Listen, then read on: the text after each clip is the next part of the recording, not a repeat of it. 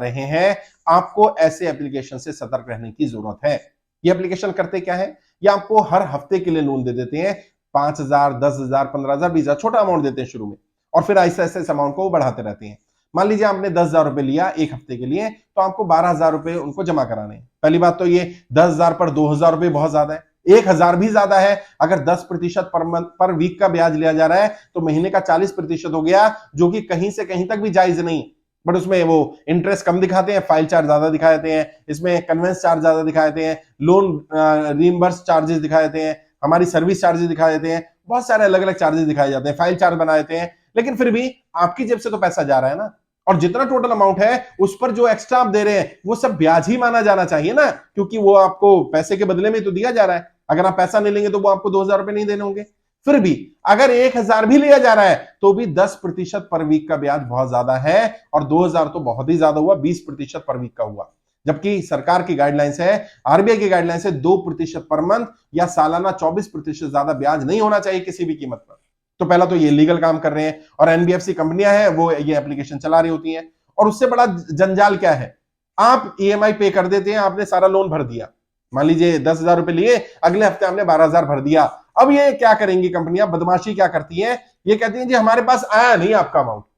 अब आपको नहीं, मैंने तो जमा कर दिया होगा, कोई बात नहीं, चलिए आप 2,000 रुपए और जमा कर दीजिएगा, क्योंकि एक हफ्ते बाद हमें मिला है, एक हफ्ते से ज्यादा हो गया था। अब इंसान अगर नहीं करता है या बहसबाजी करता है तो उसको बताते हैं कि नहीं आपके सारे कॉन्टैक्ट्स हमारे पास है, हम उनको परेशान करना शुरू कर देंगे। आपके कॉन्टैक्ट्स को आपकी मोर फोटोज भेजी जाएंगी, आपकी गैलरी ले लेते हैं, गैलरी में से आपकी फोटो, आपकी वाइफ की फोटो ले लेते हैं, उनको वल्गर फोटोज बना करके भेजना शुरू कर देते हैं। आपके कॉन्टैक्ट्स को फोन करना शुरू कर देते हैं, कंगला है, इसके पास 10,000 भी नहीं है देने के लिए, हमारे 2,000 रुपए नहीं दे रहा। ये जानबूझ के करते हैं। अच्छा, अगर मान लीजिए आप फिर भी इनके जाल में नहीं फंसे, आपने उसको सेटल करके 1,000, 2,000 रुपए देकर खत्म कर दिया, ये 15-20 दिन बाद फिर 10,000 रुपए आपके अकाउंट में डाल देंगे। आप कहेंगे नहीं मैंने तो नहीं मांगा था, वो कहेंगे नहीं वो गलती से आ गया, लेकिन अब ले लीजिए, अब आ गया लोन तो अगले हफ्ते 12,000 फिर भर देना। ये जब तक आप लोन भरते भी रहोगे या आपको लोन देते रहेंगे, लोन भरते रहोगे, देते रहेंगे, जिस दिन आपने मना कर दिया, नहीं भरा या लोन नहीं लेना है, बस उस दिन इनका कुचक्र शुरू हो जाता है। इनके जाल से बचना है, इनके जाल में नहीं फंसना। ऐसे वैसे तो कोई भी ऐसे अनऑथराइज्ड एप्लीकेशन डाउनलोड नहीं करने हैं। बहुत सारे लोगों ने डाउनलोड कर रखे होते हैं, जब हम डाउनलोड करते हैं तभी वो एक्सेस मांग लेता है, आपकी गैलरी की एक्सेस मांग लेता है, आपके फोटो की एक्सेस मांग लेता है, आपके माइक्रोफोन की, आप किससे क्या क्या बात कर रहे हैं सब इन्हें पता होता है, वो सारी एक्सेस ले लेता है।